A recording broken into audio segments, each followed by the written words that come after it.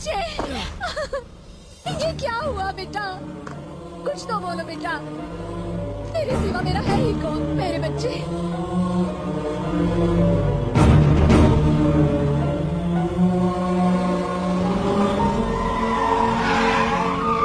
वानी, ये गलत रास्ता है। अरे ये जो रास्ता लेगी वही सही होगा।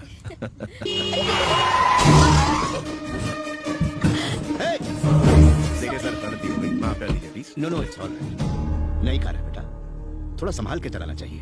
ओहो, बम्पर अटक गया है, जरा पीछे ले जी लो। जी, मैं करता हूँ। हाँ, तुम यहीं रुको। धक्का दूं? हाँ जी। पीछे जाओ। हाँ। ए, हटाओ!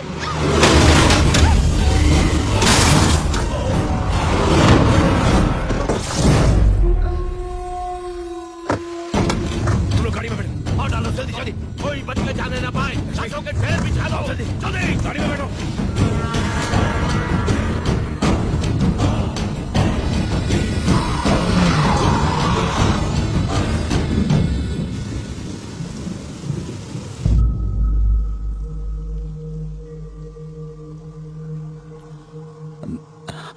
वीना, वो बिल्कुल ठीक है अंकल, पर आप मेरी वजह से।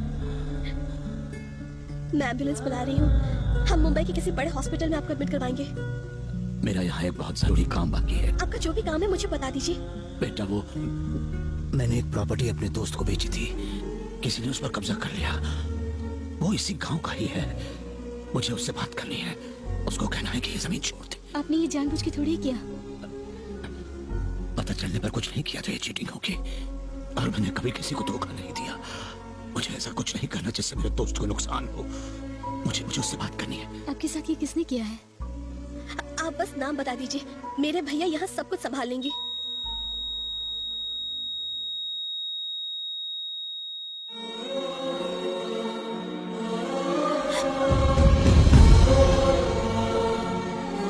एक एक्सीडेंट केस है। कहाँ है वो?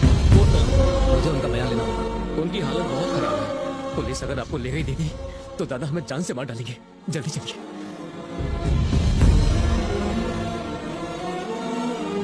नहीं,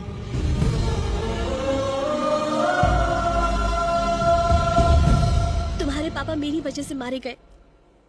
अब मेरे लिए तुम जान मत देना। उस हादसे के बाद से हर रोज मैं ये बोझ अपने सीने पर लेकर जी रही हूँ।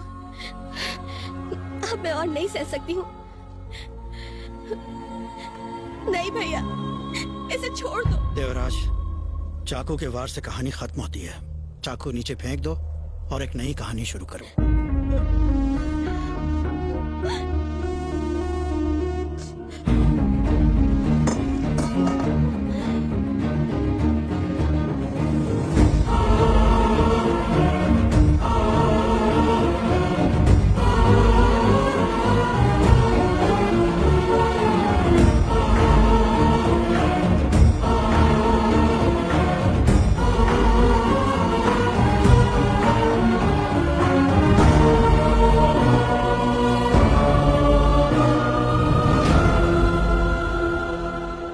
पिता एक नेक दिल इंसान थे जो अपने आखिरी लम्हों में भी किसी और की भलाई के बारे में सोच रहे थे।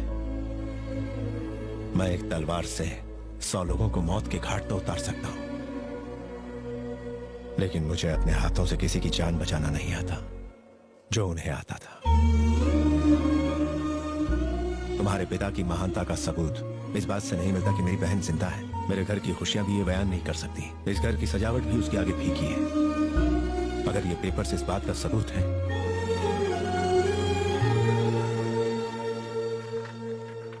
तो रख लो इसे। मैं कोई एहसान नहीं कर रहा, ये तुम्हारा हक है। ये मेरा बड़प्पन नहीं बल्कि तुम्हारे पिता की महानता है।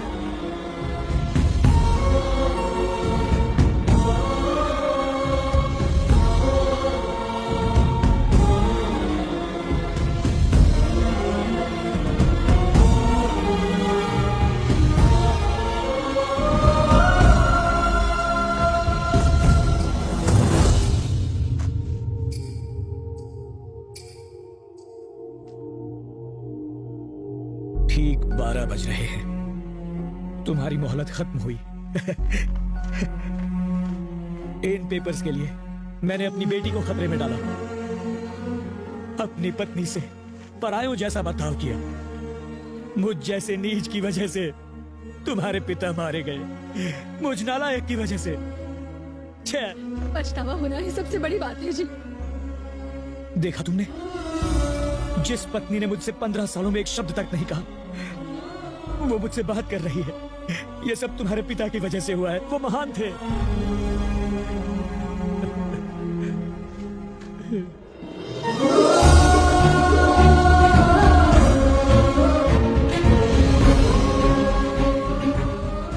आपने मुझे जन्म दिया पापा। आपने उस लड़की को एक नई जिंदगी दी। जो आदमी आपसे नफरत करता था वो आज आपके गुण गा रहा है। आपने मेरा मिलन उस लड़की से कराया जो मुझे बहुत चाहती है। अगर हम दूसरों का भला करें तो हमारा अच्छा ही होगा।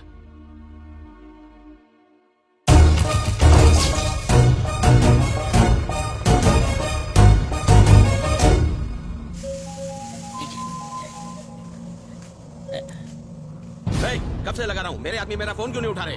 वो हमारे आदमी किसी और लड़के को दूल्हा समझ के उठा के ले गए हैं। उस चक्कर में बेचारे खुद ही उठ गए। क्या मर गए? क्या सच बता, मर गए क्या? मर गए बोले तो हिल डुल नहीं रहे हैं वो। अच्छा है ना, अपनी पेमेंट बच गई। मैं आ रहा हूँ। देवराज की मौत देखे बिना मैं नहीं जाने वाला। तो रुक वहाँ। कैसे गाड़ी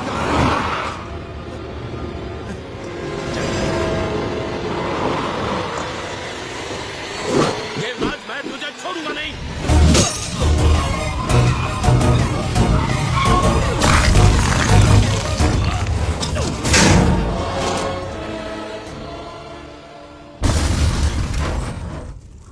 हेलो हेलो। ड्राइविंग करते वक्त फोन पर बात नहीं करनी चाहिए। अरे रुको रुको, स्टॉप स्टॉप, रुको। हाय बनी। अरे सर, आप यहाँ कैसे? ये क्या हो गया? ये कुछ नहीं। उस दिन तुमने अपनी सारी प्रॉपर्टी दे के कुछ बेकार शेयर्स रखे थे अपने लिए, ऐसा मोहन ने बताया था। उन शेयर्स की कीमत आज 500 करोड़ हो गई है। हाँ, तुम पहले से ज्यादा अमीर हो गए हो। अब तुम्हें किसी की मदद की जरूरत नहीं है। जिस घर को तुमने बेचा था, तुम वहीं से अपने पिता का नाम रोशन कर सकते हो। मैं ये बात तुम्हें फोन करके भी बता सकता था, पर ये बात सुनने के बाद तुम्हारा रिएक्शन मैं देखना चाहता था। मुझे तो यकीन नहीं हो रहा। सॉरी सॉरी सॉरी यार, सॉरी, गलती हो गई। संभाल। पड़े थे, इस यूनिट को नहीं पहचान पाया। मैंने तुम्हें पहले ही बताया था। बताया मेरी झूठ मत बोलो यार। मेरी बात मान लो।